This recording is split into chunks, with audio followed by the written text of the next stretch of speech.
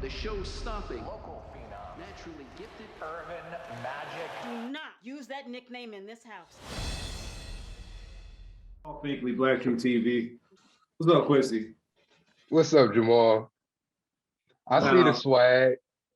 Swag. You know, this is not props. This been here. You know what I'm saying? I already know. I didn't buy this shirt for this, but what I did is I watched this and I loved it, man, because it told so much of the story that I didn't know. And I didn't know about you, this actor that's making this breakout role here. So I'm excited to talk to you about it. And how did it feel playing Earvin Magic Johnson, he's already so many people. Like, how do you even put that into a time period and try to be who he was then, when we know him as this businessman, this father, this like all these things to the community?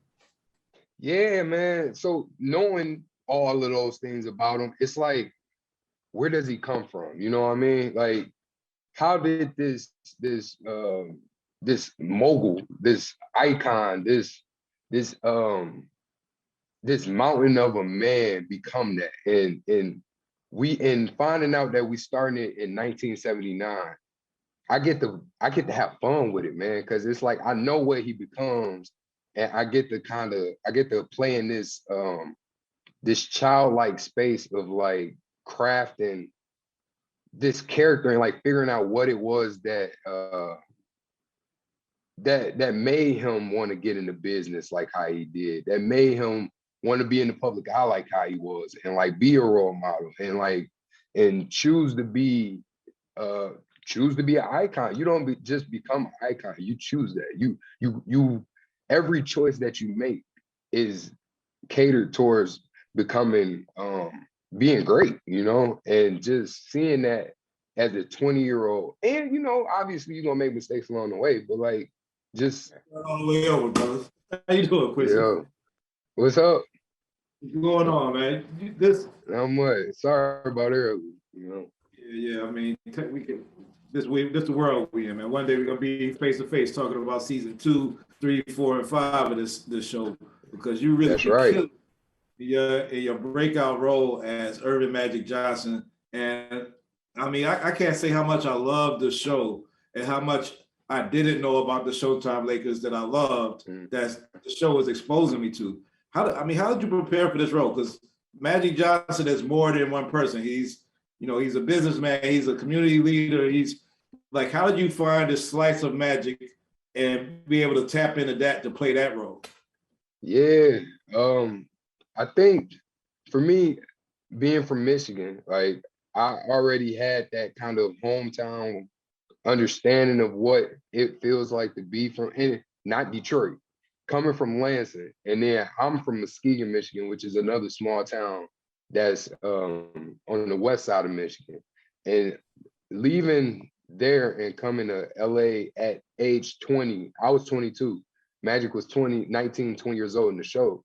And to be able to understand that fish out of water experience, I think one of the big things, obviously, you know, you go back, you watch as much footage as you can, you try and understand who this icon was as a 20-year-old, and not really focus on playing an icon. You focus on playing a 20-year-old phenom that's moving from Michigan, not Detroit, but like Lansing, Michigan, to Los Angeles, California in 1979, you know, and just that culture shock of one, having a lot of money, and also being coming from the Midwest, and now you on the West Coast, and now a lot of people know your name, but it's not the same people you grew up with, and just like really trying to figure out what that feels like and how that might affect who you are as a person. And I think early on you can see that as Magic is as confident as he is, he kind of can take a step back at times and like be like, damn, is this for me? Is this who I am? And is this right for me?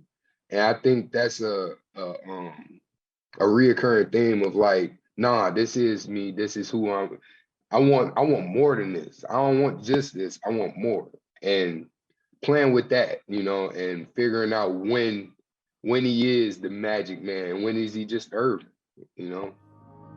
I know you did.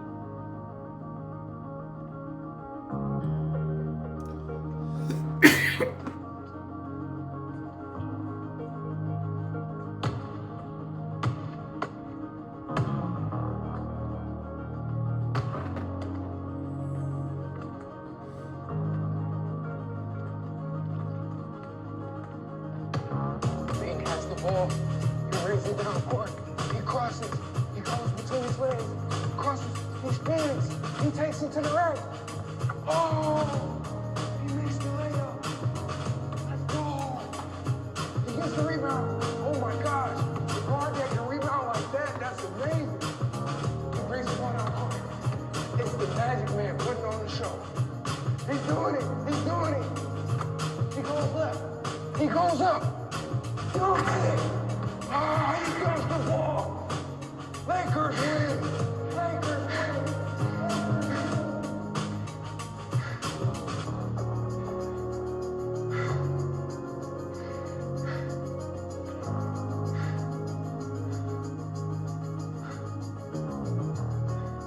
I know you had to pull off the smile and the charisma, but how difficult was it? Are you a former athlete to pull off the moves? Because you couldn't come out here looking like you wasn't Magic on the court. Like people would have like, yeah, turn the channel. But you know, exactly. you gave no little passes, all this stuff. Like, how did you develop that part of it? I mean, were you coming from already being like having those basketball skills already?